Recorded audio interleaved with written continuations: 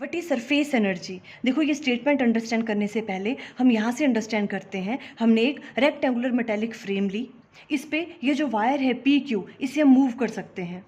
अब अगर इस मेटेलिक फ्रेम को हम सोप सोल्यूशन में डिप करते हैं तो यहाँ पे सोप की फिल्म बन जाएगी इस तरह से। अब देखो इस सोप फिल्म पे ड्यू टू सरफेस टेंशन ये अपनी मिनिमम सरफेस एरिया ऑक्यूपाई करना चाहेगी। उसकी वजह से फोर्स किस डायरेक्शन में लगेगी? सरफेस टेंशन की इस डायरेक्शन में।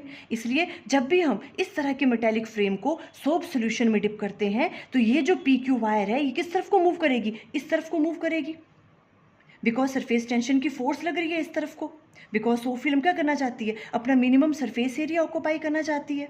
अब अगर हमें इस लिक्विड का सरफेस एरिया इंक्रीज करना है तो हम फोर्स लगाएंगे इस डायरेक्शन में against the force of surface tension. Surface tension की फोर्स इधर लग रही है, हमें इसको इस तरफ फोर्स लगानी पड़ेगी। मान लो हमने उसको डेल्टा एक्स तक मूव करवाना है यहाँ तक, तो उसके लिए जो वर्क डन करना पड़ेगा against the force of surface tension, उसे हम कहते हैं सरफेस एनर्जी।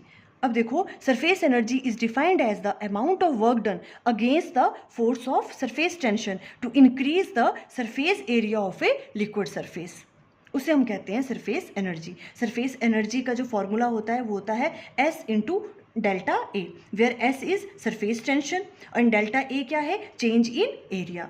फुल डेरिवेशन की वीडियो का लिंक स्क्रीन पे आ रहा होगा। Thank you.